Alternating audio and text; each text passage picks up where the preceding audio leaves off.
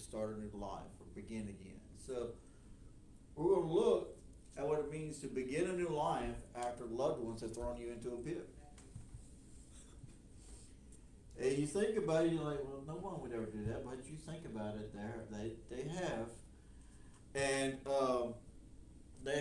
there has been times where, people have been thrown into the pit by loved ones. There has been times where, during divorces, during family squabbles, during church squabbles, a lot of times this has happened. And so today, though, we're going to look at what it means to be thrown into a pit by your loved ones. How do you recover from that? How do you start over from that? We're going to take our text from Genesis chapter 50, Genesis chapter 50, verse 20. In Genesis chapter 50 and verse 20.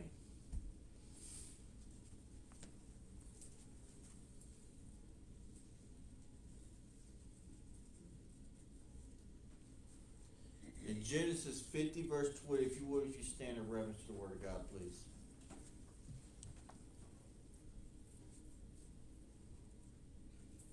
And he says, as for you, you meant evil against me, but God meant it for good. Let us pray.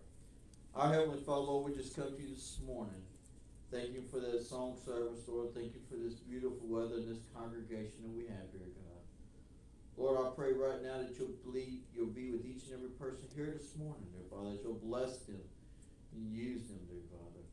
Lord, that you'll move me out of the way and preach your message to your people as you see fit, dear Father. That our hearts will be open to the word you have for us to hear. Lord, we ask all these things in the almighty name of Jesus Christ. Amen. Amen. You may be seated. For you meant evil against me, but God meant it for good. You think about that, when we've had times in our lives when people have done us wrong, and we've seen the outcome, or sometimes it was a blessing in disguise. But we don't really think about it during that time, right? If we think of somebody that just treated us badly and harshly, we don't see the blessing that's down the road.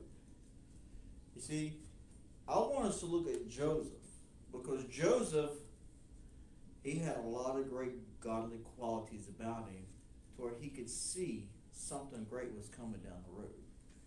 And see, as we look at it, there's three qualities in the life of Joseph I want us to look at. It says, first, we see a godly person forgives injustices. He forgives injustices. A godly person withstands adversity. And then a godly person resists temptation. See, these are the three attributes and qualities in his life that I believe if we take it and apply it to our lives when we have to start over, when we've been hurt so much and we need to start over, these are things we have to look at. Now, we can't dwell on the past. We have to move forward. We have to. There is a point in time where we have to keep going. We cannot stop and look back. Now, when we see a godly person will forgive injustices. When we think about it, let's look at Joseph's life in a summary. In a summary of Joseph's life, his brothers were jealous of him. Why? He was the favorite son. His dad gave him the coat of many colors. His dad let him stay in the camp and run things there when his brothers were out doing all the work. He was the favorite son. So they got jealous of him. Instead of Joseph keeping his mouth shut about his dreams, he goes and tells it to him. Because he's happy. He didn't think anything bad about it. Well, they got mad. So they decided one day they were going to throw him in a pit. And then they were going to kill him. But one of the brothers said, no, let's not kill him. They decided to sell him into slavery. So now he was sold into slavery. All right? He was sold into slavery by the Ishmaelites. Into the Ishmaelites. That's eventually sold him to Potiphar. Well, when Potiphar bought him, He trusted Joseph. He made Joseph in charge of all his household. Well, with that comes, you think about it, Potiphar was the captain of the army. He was a big to-do person. And if you research a lot about Potiphar, there was only one thing that Potiphar cared about the most. And that was his food, what he ate. That was it. He didn't care about anything else. So imagine he has a housewife that sits at home with nothing to do, no attention. She's a young, attractive lady. Here's a 17-year-old boy that is handsome according to the Bible, and she throws herself at him. You know? In this day and time, you know, most 17-year-olds would probably do different than what Joseph did. But Joseph did not want to do anything. He said no. So therefore, she gets mad, she gets up, so she, basically in today's terms, she hollers rape. And Potiphar believes her, without question, throws Joseph in prison. In prison, he meets the cupbearer and the baker. He tells the cupbearer, hey, you're going to live. The baker, hey, you're going to die. But he tells the cupbearer, don't forget me when you go to Pharaoh. Well, guess what happened? The cupbearer forgets him. Now he spends 2 years in jail for a crime he actually didn't commit. He could actually be one of those real life people in prison that says, I didn't do it, and mean it. So we see there that is his life in a summary. But now you think about it, he interprets the dream of Pharaoh. All right? The cupbearer all of a sudden has an epiphany. Wow, 2 years later he remembers Joseph in the prison. Brings him out, puts him in Pharaoh's, and he interprets the dream for Pharaoh. Pharaoh makes him second command of Egypt. Of all of the lands, there's only one person above him, and that was Pharaoh because of the throne. So Joseph is in charge of everything. Now, with this great power, Joseph could have done anything he wanted to all of those that mistreated him. He could have. He was in charge of everything. But he did not. He didn't seek vengeance against those who mistreated him in his past. He forgave those who wronged him. Just like when we look at our past, we think about we're starting over when a new life has to begin, and we've been hurt, and we got to start over from scratch. We're at the bottom of that pit, and we're looking up, and we see our family and loved ones laughing at us, making fun of us. How do we start over? It starts by forgiving them. We have to forgive those who wronged us in our past. We have to. We can't hold grudges, and we must overcome evil with good. You see, Joseph knew all of this. This was his livelihood. This was his examples. You see, one of the things is, when we see that, you look at the hardships he went through. I mean, think about it. He was a spoiled brat. Let's just put it like it was. Joseph was a spoiled brat. But then now he's thrown into a pit. He's sold into slavery. He's a slave. He's this. He lived a life of hardship. He knew what hardships mean, because you think about it.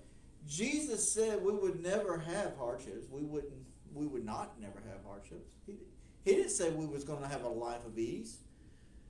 He didn't say it was going to be all nice and pretty and the roses, everything's going to be nice and feel good for you. No.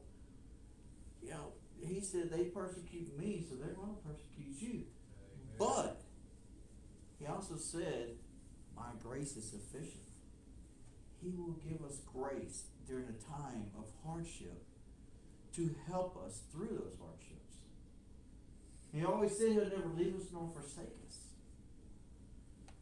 You know?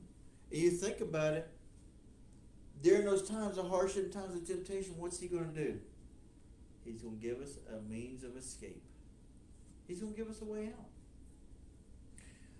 But you see, also we look at the second quality. A godly person will withstand adversity. Think about it. He had a lot of mental and physical hardships. But you see, Joseph loved his brothers. He truly loved his brothers. And you think about how hurt he was to hear them say, we hate you and we want to kill you. I mean, you think about that. That just probably broke his heart. But through all of this, stuff that he went through, he never lost a love for his brothers. He never did. You think about it, here's one thing a lot of people don't think about. Joseph was 17 when he was sold into slavery. He was 39 when he met his brothers again for the second time. 22 years. 22 years Joseph lived in the land of Egypt. Preparing for something God had way bigger plans for. For 22 years, he never held a grudge, but he never got to see his family. He didn't know what was going on with them, but he still loved them. Yeah, you also look at, you see old Miss Potiphar over there. You know, she lied to exact revenge on him because he wouldn't fall prey to her seduction. He could have grown bitter. He could have grown bitter during all that time in prison. I mean, 2 years in prison. Most prisoners today, do you think they're bitter against the people that put them in there? You think they're happy because somebody put them in there? Oh yeah, I'm happy. Not very many of them are happy to be in there. You know, they kind of hold a grudge. But there are select few that are happy to be in there. But you see, Joseph, he didn't think anything about it. He knew that God had a bigger plan.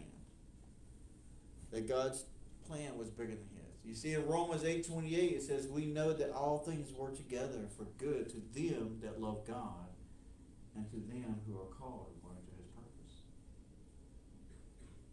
All things work together for good. Think about it. We've had hardships in our lives. We've all been put down. We've all been knocked down a few notches. We've all been at the bottom of that pit. We know what it feels like, but we don't see the light at the end of the tunnel. It's hard for us to see that goodness that's going to come out of this horrible situation. But how is God going to use this? But it says it right there. We know all things work together for good to them that love God. There's the key. To them that love God and to them who are called according to his purpose. Amen. You see, there's the key right there. There's the key. That lost person that you think is living a life of ease right now and they're having a good time and they're partying, everything's going great.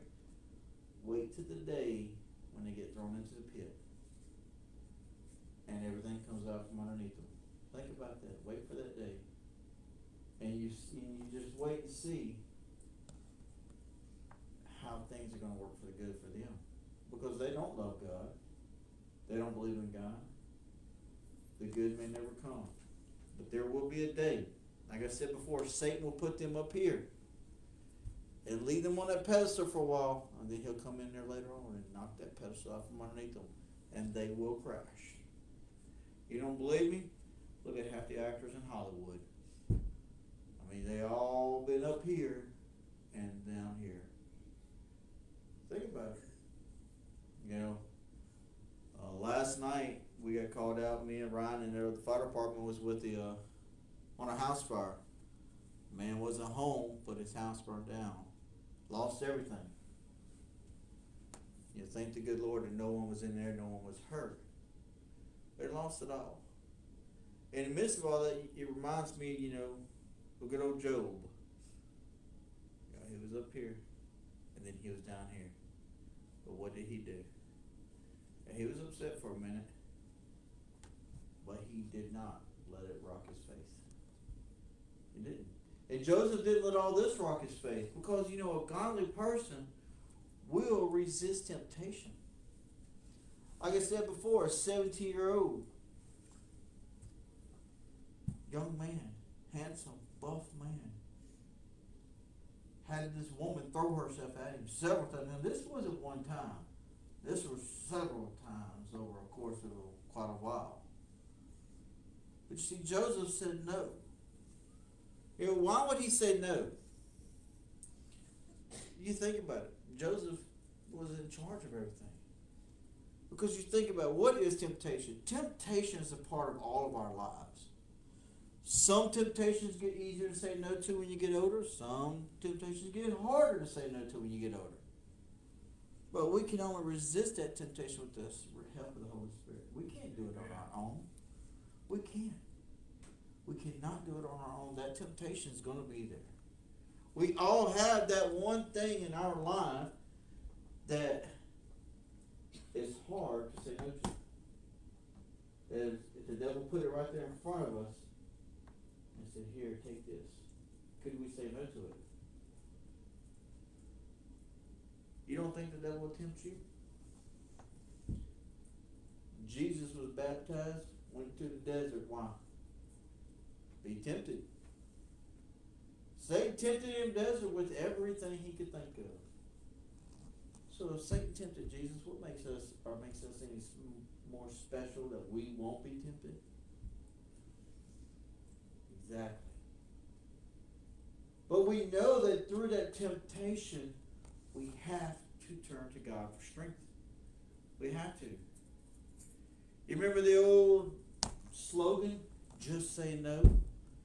You know, drugs are bad, okay? Just say no to drugs. Just say no to temptation. That's what it is. Just say no, but how can you say no when you're alone? You see, how did Joseph resist this temptation? When we think about how did he resist it? You know, he had a respect for Potiphar. He didn't want to break that trust. Potiphar entrusted him with his entire household. Everything. To include his wife. He entrusted Joseph over it all. And Joseph didn't want to break that trust. You see, he also had a great sense of responsibility to God, and he also knew that every sin was ultimately against God. There's a key. We think about that secret sin that we have in our life that, well, God won't find out. God will never know. It's just a little white lie. It ain't going to hurt nobody. I ain't doing it to hurt their feelings. I'm doing it to make them feel better. Or my favorite loaded question of all for every man is, do I look good in this outfit?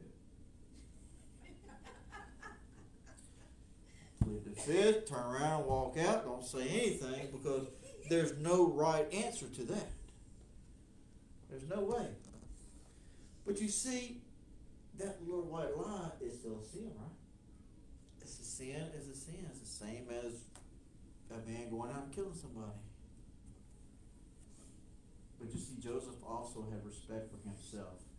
He knew that an affair would not only destroy Potiphar's family and everything, but Joseph also wanted to be close to God. He wanted to live close to God because he wanted to be able to live with himself.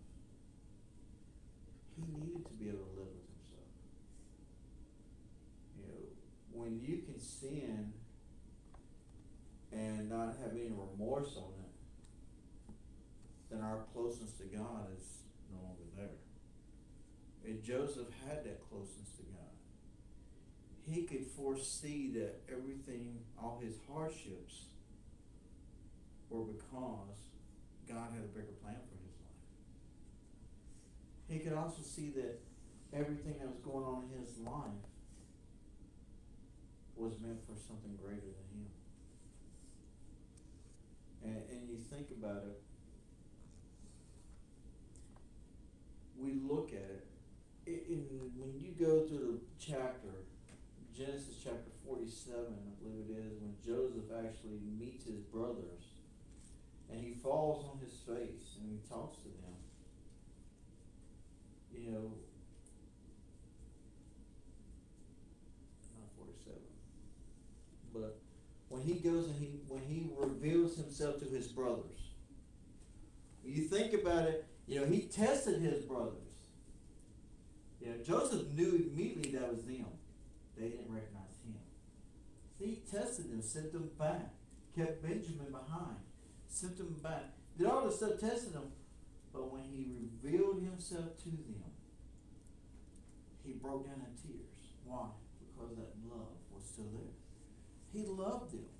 You know, he knew that God had a bigger plan. That all these people's lives were saved because his brothers sold him into slavery. Think about that. How many of us can sit there and say, all these lives were saved because you did this wrong to me? Joseph's thinking, you know what? All these people, there was a great famine that was coming. And Joseph was put in charge of all of Egypt to handle all the food and take care of all the provisions to store up for the famine. And because of that, because of his high position, when his brothers ran out of food, he was able to tell them to bring my father and come. You see, in Genesis 50:20, this is right after Jacob has passed away. Joseph's father has passed away, and he's grieving for it. And he tells his brothers, you meant it for evil, but God meant it for good. Because, think about it, his brothers wanted to do him harm. But Joseph knew that there was a greater plan in place. There was a greater purpose in place for his life during this time. So when we think about it, we have to start over in our life. You know, those that are going through divorces right now, those that are going through breakups in their lives, their families are having splits, all this stuff is happening. We're coming into a time of the year that's called Thanksgiving. All right? It's called Thanksgiving for a reason. We are thankful for being here. You know, you think about the reason it was called Thanksgiving when this country was started. You know, what are we thankful for this year? You know, what are we truly thankful for?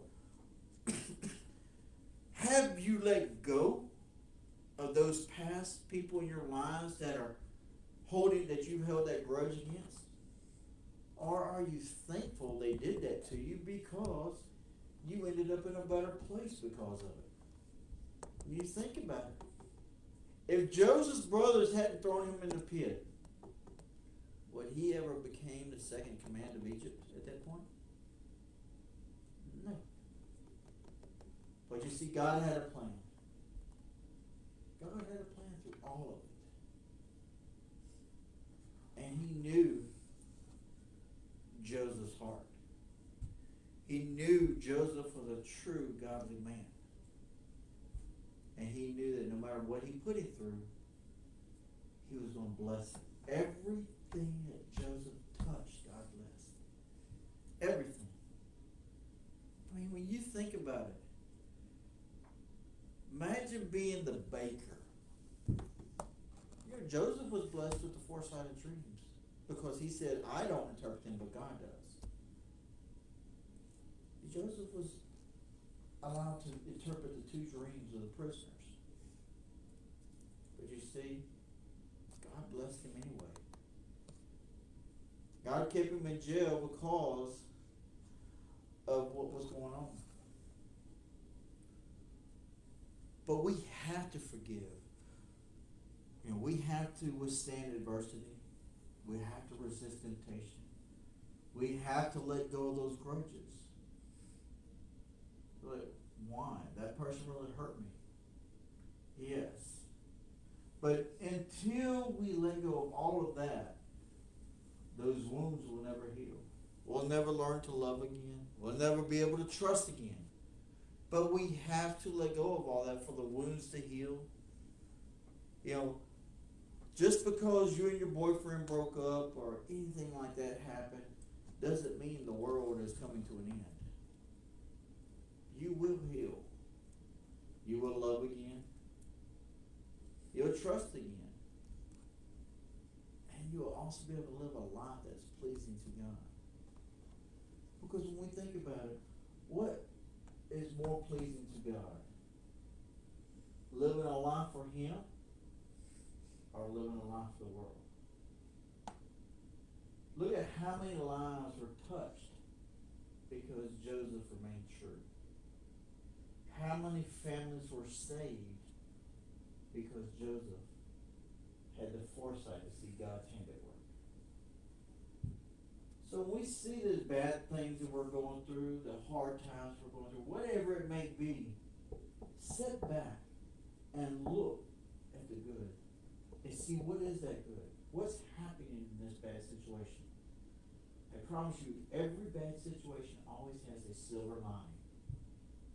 You just gotta look past the bad to see the good. And Joseph knew how to look past the bad to see the good. We have to do the same. You see, the main thing is, when we get down to it, we have to look back at our past and tell it, you meant it for evil, but God meant it for good. Amen. That's where the key comes in at. That's what we have to come to grips with. Is that they may have meant it for evil or harm against us, but God meant it for good. Whatever it is, that's the main thing. God meant it for good for a reason. We don't know what's coming down the line. We can't see past right now. We don't know what's going to happen today, later on today or tomorrow. But if we love God, all things work together for good. All things work together for the good for those that love God and are called according to His will and purpose. Amen. And by doing that, we can look back and say, you meant it for evil, but God meant it for good. Imagine the strength, the courage it took for Joseph to stand to his brothers. Imagine his brothers knowing this is now Joseph, their younger brother that they tried to get rid of, is in charge now. Boy, wouldn't you love to be there to see that great meet? Imagine that time. They're scared to death, and Joseph is scared to death. They're both scared because Joseph loves them so much. And these guys are scared because they're scared that he's going to do something bad against them. But he sat there and looked at them with tears in his eyes and says, you meant it for evil, but God meant it for good. Because the rest of that verse says, so many lives and families were saved because of this. And that's where we have to come to that point in our life. When we come to that point to where we let go of all the hatred, all the bitterness, and all the wickedness that's in our life, and live for God, then and only then will we be walking in the will of God. And that's where we have to get to. Let us pray. Our Heavenly Father, Lord, I just pray right now that whoever's going through tough times right now, that Father, Lord, that you'll just help them to see the good in it, dear God. That you'll show them there is a better time. That you'll heal them and give them the means to come to a grips with their life, that you're doing everything for the good of their life. So Father, just help us to see the good through the bad.